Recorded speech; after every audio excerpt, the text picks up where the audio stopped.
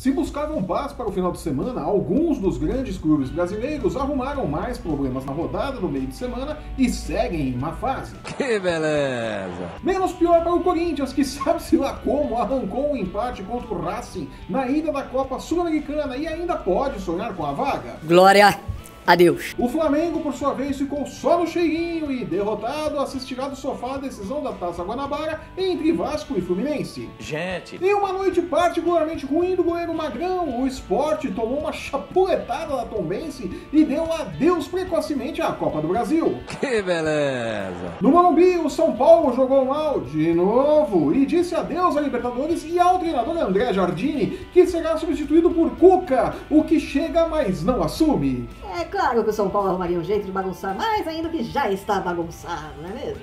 Vai do Piauí, agora eu quero ver, tá saindo do Morumbi. Vai do Piauí, agora eu quero ver, tá saindo do Morumbi. A quarta-feira foi tensa. Sério?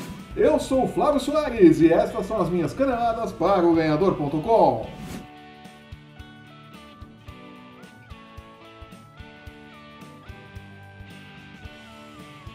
Culpando o gramado do Itaquerão pelos já rotineiros erros da defesa, falta, é claro, alguém me explicar a influência do gramado nas bolas alçadas pelo alto e que a defesa do Corinthians não corta nem se tivesse 22 zagueiros na área, né? Se fosse um time só com zagueiro, eles continuariam não cortando as bolas aéreas, né? Não sei qual a influência do gramado nisso, mas enfim. A gente errou muito passe devido ao gramado também. A reimplantação do gramado que foi feita, não sei o que aconteceu.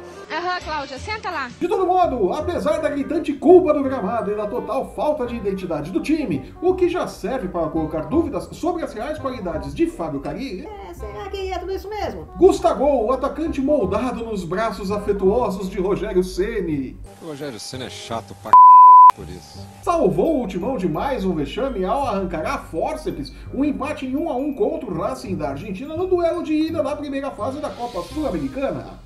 É isso mesmo, é bem claro, né? Gramado também. O único destaque positivo do time na última quinta-feira, o atacante conseguiu livrar a cara da zaga do Timão, que mais uma vez com Manuel e Henrique falhou tudo o que podia e o que não podia. Gramado também. E ainda contou com a participação especial de Cássio, que parecia estar longe das melhores condições e mesmo assim foi pro jogo dando sustos na torcida e batendo boca com os zagueiros.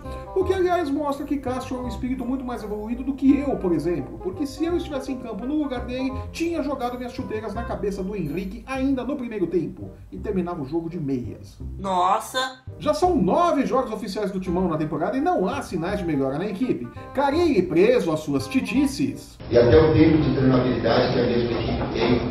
Eu te entendo, professor. Segue insistindo nos mesmos erros. Henrique titular, Sornosa fora de posição e a obsessão por 2 jogadores agudos abertos nas pontas que ele não tem no elenco. Gente! E pior, ele quer tanto atletas abertos nas pontas que procuram o drible, mas deixa no banco o único jogador no elenco que faz essa função, Cleison. E não cabe aqui a gente discutir os defeitos e as virtudes de Cleison. Jogadoraço. Mas sim a falta de lógica do treinador em pedir um jogador como ele e mantê-lo no banco de reserva. Parece que Carille está perdidinho na sua volta ao Timão às vésperas de um majestoso pelo Campeonato Paulista.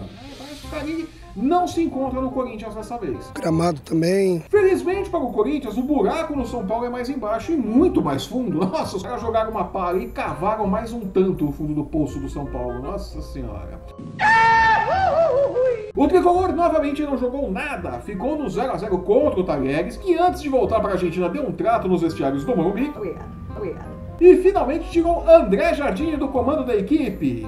Não! Quem poderia imaginar que o Jardini ia cair? Nossa senhora, como fomos surpreendidos! Mas como o São Paulo não se cansa de dar motivos para a zoeira, Cuca foi contratado como novo técnico. Porém, como ele não pode assumir o comando da equipe por ordens médicas até pelo menos 15 de abril, vale lembrar que Cuca fez uma cirurgia no coração em dezembro de 2018. Wagner Mancini será o treinador interino do São Paulo pelos próximos 2 meses, no mínimo. Calma que melhora. Para tranquilizar a torcida, os dirigentes do São Paulo disseram que enquanto não assumir o time efetivamente, Cuca não receberá salários. E, resumindo, Cuca é o técnico, mas quem treina o time, assina a súmula e aguenta a imprensa nas coletivas daqui por diante é Wagner Mancini, que já estreia no clássico contra o Timão no próximo domingo. Diz aí qual é o mortal que precisa da minha proteção, grande ancestral. A boa notícia para o torcedor do São Paulo é que em 2017 Mancini foi o técnico que complicou a vida do alvinegro de Fábio Carille pelo Brasileirão quando treinou a Chapecoense e depois foi para o Vitória, né? O Mancini começou o ano na Chapecoense e terminou lá no Vitória. Não, continue acreditando no estilo dele. E aproveitando que demos uma subida no mapa do Brasil, o Sport criou muito, mas a falta de pontaria de seu ataque, aliada a uma atuação simplesmente desastrosa do goleiro Magrão, acabou com o sonho do time na Copa do Brasil e colocou a Tombense, pela primeira vez em sua história, na segunda fase da competição após uma merecida vitória por 3-0.